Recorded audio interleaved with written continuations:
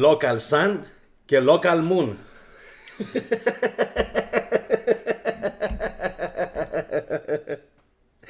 Το 67 πήγαμε.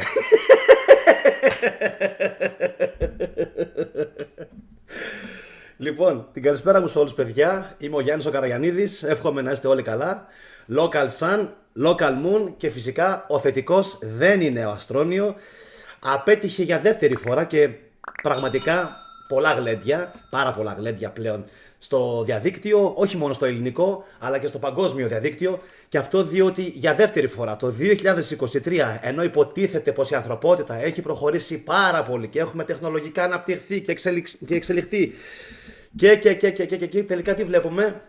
Βλέπουμε αυτό ακριβώς το σχόλιο που γράφει η φίλη η Εύη στο live chat, και με την ευκαιρία καλησπερίζω όλους τους φίλους του καναλιού. Όσοι με βλέπετε πρώτη φορά, κάντε εγγραφή στο κανάλι και φυσικά οι εγγεγραμμένοι κάντε like στη σημερινή εκπομπή. Λέει λοιπόν η Εύη στο live chat: όταν ο άνθρωπος κάνει σχέδια, ο άνθρωπος γελάει. Έτσι ακριβώς είναι, Εύη μου. Καλησπέρα και στο Βασίλη και στη Λίτσα. Καλησπέρα παιδιά. Εύχομαι να είστε όλοι καλά. Καλό μεσημέρι Κυριακής. Λοιπόν, από πού να ξεκινήσω? Από το γεγονός ότι θέλουν να κάνουν βάσεις και οικίες στον Άρη και στη Σελήνη, και μάλιστα μέχρι το 2035.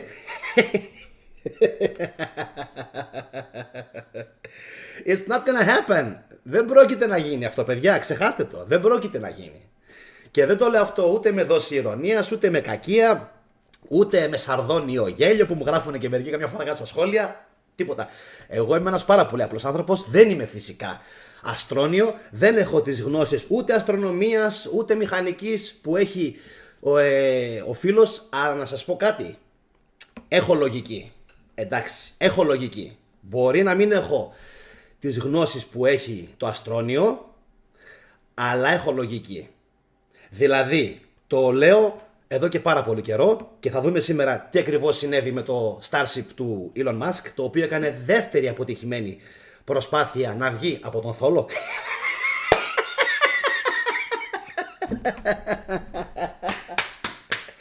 Από τον θόλο, από το firmament. Δεν υπάρχει. Για όσους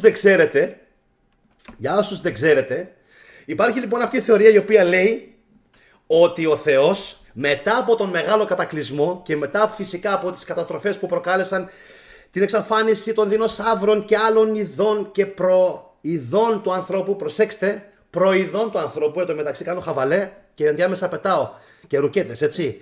Λοιπόν, των προειδών του ανθρώπου, τα οποία ήταν επίσης εξελιγμένα. Λοιπόν, κάποια στιγμή λοιπόν αποφάσισε ο Θεός, όποιος και είναι αυτός, η Ανουνάκη είναι ο Θεός, ο Γιαχβέ, ποιος από όλους, ο Θεός που είναι έξω από το σύμπαν, οι Ολύμπιοι, ποιοι είναι αυτοί οι θεοί τέλος πάντων. Αυτές λοιπόν οι οντότητες, ας το πούμε έτσι, όταν έγινε ό,τι έγινε με τους πάρα πολλούς κατακλυσμούς και όταν τα γέννη των ανθρώπων έπαθαν ό,τι έπαθαν και καταστράφηκαν πόσες φορές, αποφάσισε, υποτίθεται, να μην ξανακαταστρέψει το είδος του και έπλασε εμάς. Το ανθετικό και εσάς. Λοιπόν, αυτό το ον τι έκανε? Είπε ότι την επόμενη φορά, εντάξει, τα λυπήθηκα τα όντα μου, να φτιάξουμε έναν θόλο από πάνω να τα προστατεύει αυτά τα όντα, και γι' αυτόν ακριβώς το λόγο βλέπουμε τόσες πολλές θεωρίες συνωμοσίας οι οποίες μιλάνε για firmament, για θόλους, local sun, local moon. Ότι όλα αυτά που μας έχουν μάθει περί αστρονομίας είναι ψέματα, κυκλική, στρογγυλή γη, ξέρω εγώ τι. Έχω φτάσει στο σημείο, και σας το παραδέχομαι ειλικρινά, να μην ξέρω τι να πιστέψω. Έχω φτάσει στο σημείο να μην ξέρω τι να πιστέψω. Απ' τη μία εννοείται πως παραδέχομαι και τους αρχαίους Έλληνες οι οποίοι είχαν κάνει τους υπολογισμούς τους. Εντάξει, είχαν υπολογίσει την περιφέρεια της γης, το ξέρουμε αυτό, σωστά, το ξέρουμε. Λοιπόν, είχε γίνει στην Αλεξάνδρεια, το ξέρουμε, το γνωρίζουμε.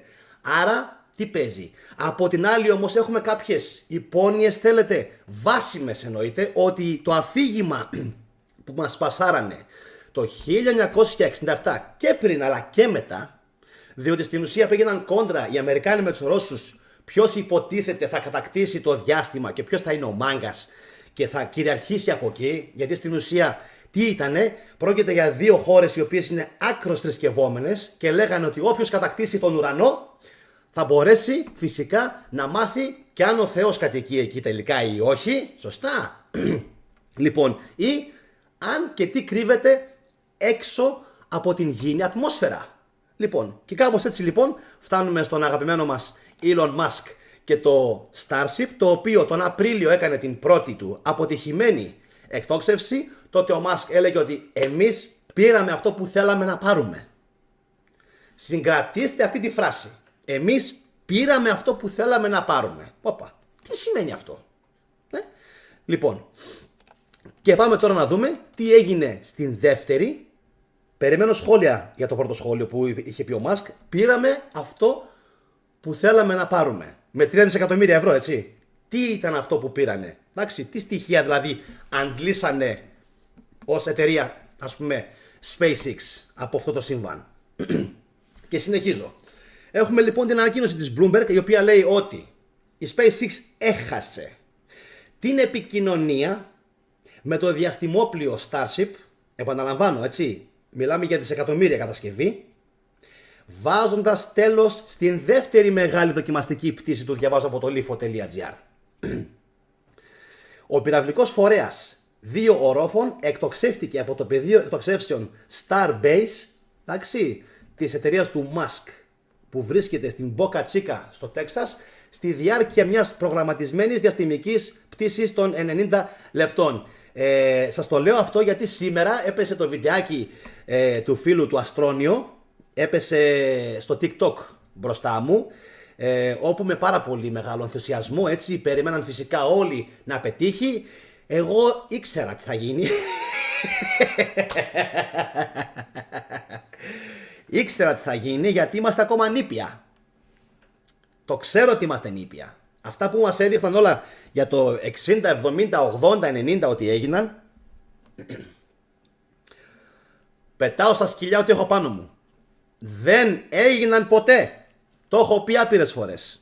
Και επειδή πάρα πολλοί κόσμος το έχει ζητήσει, κάντε εγγραφή και στο μέλλον θα σας κάνω βιντεάκι υπεραναλυτικό για τους λόγους. Έχω κάνει ήδη, έτσι. Αλλά θα κάνω κι άλλο. Για ποιο λόγο πιστεύω ότι όντως δεν πήγαμε. Εντάξει, θα το αναλύσουμε ενδελεχώς το ζήτημα. Και συνεχίζουμε. Σας έλεγα λοιπόν ότι υπήρξε η εκτόξευση, ωραία, και υπήρξε μια προγραμματισμένη διαστημική πτήση 90 λεπτών. Ωστόσο, η επικοινωνία μεταφοράς δεδομένων από το διαστημικό σκάφος χάθηκε περίπου 10 λεπτά μετά από την εκτόξευση, όπως αναφέρει η SpaceX, και διαβάζω τη δήλωσή τους.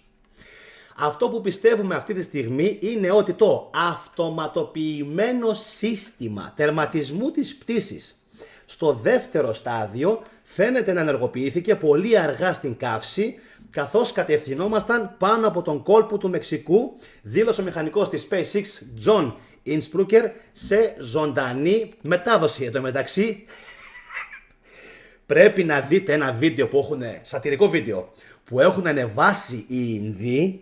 Αχ, θα πεθάνετε στο γέλιο. Θα πεθάνετε στο γέλιο. Είναι, υποτίθεται τώρα, οι τύποι που ελέγχουν και από το control room στην Ινδία. Γιατί ξέρουμε όλοι ότι και η Ινδία πήγε στη σελήνη πριν από λίγες ημέρες. Γλέντια. Και τους γλεντάνε κανονικά τώρα 2 TikTokers Ινδοί. We did go to space. Και αρχίζουν και λένε κάτι τέτοια. Και λέει όλους, no, δεν πήγαμε στο διάστημα. Πώς θα το δικαιολογήσουμε τώρα? Και θα πούμε, do what the Americans did. Κάντε τι κάνανε οι Αμερικάνοι. Και λέει, θα το πιστέψουνε? Would they believe it? Yes.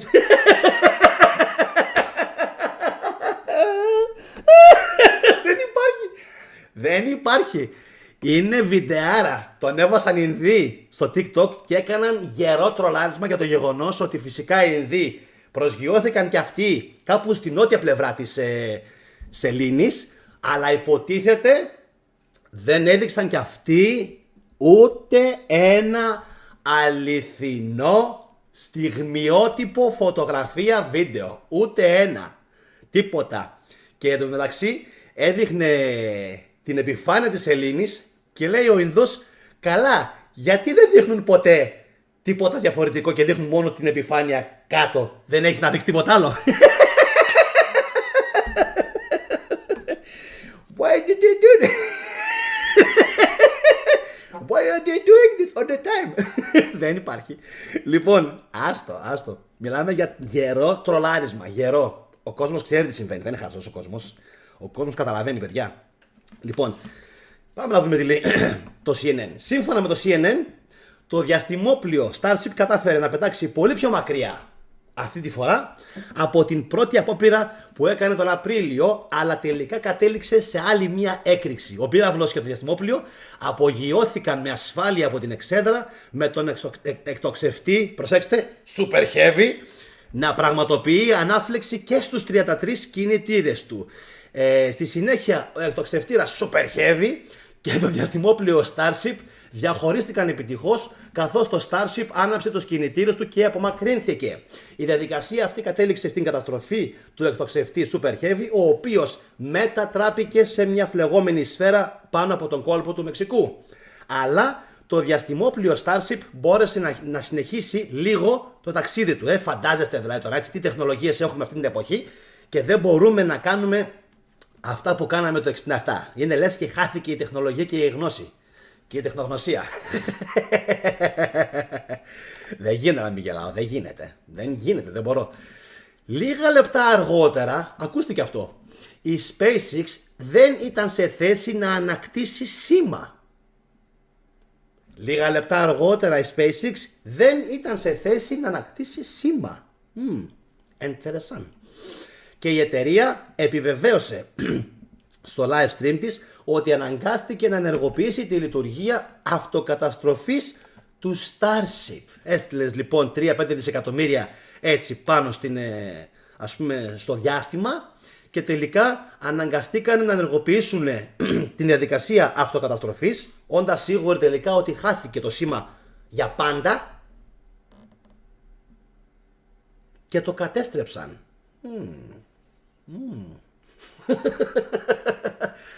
Πάλι ύποπτο. Πάλι παράξενο. Δηλαδή δεν πιστεύω να είμαι ο μόνος που τα σκέφτεται αυτά. Πιστεύω ότι και εσείς σκέφτεστε ακριβώς το ίδιο. Για ποιο λόγο λοιπόν να μπει σε όλο αυτόν τον κόπο και τελικά να το καταστρέψεις? Και διαβάζω επίσης ότι υπήρχε ένα πρόβλημα στο μηχανισμό ενός από τα πηδάλια πλέγματος του πυράβλου, το οποίο τελικά το είχαν διαπιστώσει, προέβησαν στην αντικατάσταση του εν λόγω εξαρτήματος και έτσι τελικά μπόρεσε και έγινε αυτή η δεύτερη πτήση.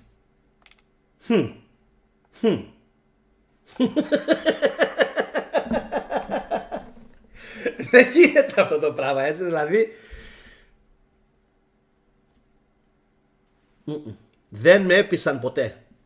Και επειδή προχθές ήμουν για καφέ με το ξαδερφάκι μου και την ώρα που λέγαμε αυτά τα αστεία περί local sun, local moon, μου λέει ναι, πήγανε, προσγειώθηκαν στη σελήνη και μετά λέει τι, χωρίς σύστημα πρόσθεση, τίποτα, δηλαδή έτσι όπως ήταν και καλά εκεί πέρα, κάνει ένα βουπ και φεύγει. Μου λέει δηλαδή, τι είναι αυτά ρε, μου λέει, εκείνο η κονσέρβα, έτσι όπως ήταν λέει στη σελήνη, η άκατος από αλουμίνιο. Το αλουμινόχαρτο. Λοιπόν, το αλουμινόχαρτο λοιπόν, παιδιά, έτσι όπως λέει ήταν εκεί πέρα λέει στην σελήνη, κάνει ένα whoop, κάνει η κάμερα ένα έτσι, φεύγει πάνω και τέλος. Αυτό ήτανε. Τελείωσε, δεν έχει άλλο μετά. Τελείωσε, δεν έχει άλλο. Αυτό, ό,τι είδες. Ό,τι έκανε ο Kubrick και ό,τι πρόλαβε να κάνει, τέλος. Ό,τι πρόλαβε να γυρίσει, να σκηνοθετήσει εκεί. Όποιος πρόλαβε τους Ρώσους. Αυτό ήτανε. Μάγκες, για τους Ρώσους έγινε όλο. Εγώ το λέω, εγώ δεν είμαι αστρόνιο. Το είπα στην αρχή του βίντεο, το βάλα και στο τέτοιο, στο εξώφυλλο, να μην με παρεξηγεί κανείς. Όταν βλέπετε θετική ντοπαμίνη δεν έχει καμία σχέση με αστρόνιο. Ο άνθρωπος είναι αλλού, λέει άλλα πράγματα, εγώ λέω άλλα πράγματα. Λοιπόν, αλλά με ενδιαφέρει πραγματικά η άποψη του κοινού του αστρόνιου. Δηλαδή να δω τι θα πει, τι λένε γενικά, ας πούμε, για όλα αυτά που συμβαίνουν. Οι Ιάπωνες έστειλαν, χάθηκε το σήμα. Οι Ινδοί έστειλαν, χάθηκε και αυτό. Η SpaceX τώρα πάλι έστειλε. Χάθηκε κι αυτό. Καλά, η NASA δεν το συζητάμε. Η NASA δεν το συζητάμε καν. Οπότε λοιπόν, μήπως, λέει τώρα η θετική δοπαμίνη, μήπως μαζεύουν τα χρήματα του κόσμου, μας, των φορολογουμένων, όλου του πλανήτη, όλης της γης, και δείχνουν αυτήν την μπουρδίτσα που φεύγουν πάνω, και τελικά τα χρήματα αυτά τα χρησιμοποιούν για άλλους σκοπούς. Θυμάμαι χαρακτηριστικά την δήλωση που είχε κάνει ο Κέννεντι, που έλεγε ότι θα πάμε στο διάστημα, θα πάμε, όχι επειδή είναι εύκολο, αλλά επειδή είναι δύσκολο. Αγαπητέ μου Κέννεντι, όσο συμπαθής και να ήσουνα, δεν νομίζω να έγινε ποτέ κάποια προσελήνωση. Καμία. Από την άλλη, αυτό που είχα πει και στην αρχή του βίντεο, και πραγματικά πέφτουν πολλά γλεντιά με όλα αυτά, ας πούμε, δεν υπάρχει περίπτωση οι Αμερικανοί να έκαναν όλα αυτά που μας λέγανε τα προηγούμενα χρόνια, έτσι, και σήμερα να μην μπορούνε. Δεν στέκεται. Όσον αφορά τώρα το άλλο που λένε ότι θα φτιάξουν βάσεις μέχρι το 2030 και 35, και διαβάζω πολλές φορές άρθρα. Να, αυτό είναι το μυστικό για να μπορέσουμε να κάνουμε ατμόσφαιρα στη σελήνη και στον Άρη και ειδικό μικρόβιο το οποίο τώρα το δημιουργεί η NASA. Καθίστε φρόνημα, πάλι θα κάνετε τέτοιο, θα ρεμάξετε κάποιο πλανήτη. Λοιπόν, φτιάχνουν ένα ειδικό μικρόβιο, μην με βλέπετε έτσι, τα διαβάζω όλα. Όλα τα διαβάζω, δεν χάνω τίποτα, τίποτα δεν χάνω. Θα φτιάξουν ένα ειδικό μικρόβιο το οποίο θα το κατεργήσουν και θα το στείλουν στην επιφάνεια του Άρη ή της Σελήνης, και ναι, αυτό είναι το μυστικό. Καθίστε καλά ρε, καθίστε καλά. Βρείτε πρώτα νεράκι του Θεού, και μετά σχεδιάστε και γεωμηχανική. Καθίστε καλά. Τι λες τώρα, πώς θα γίνει αυτό το πράγμα, πώς θα γίνει, πώς θα μεταφέρεις όλη αυτή την τεχνογνωσία στη Σελήνη, στον Άρη? Δεν γίνεται. Με τι πυράβλους? Εδώ αποτυχάνουν τώρα αυτοί που έχουμε 2023.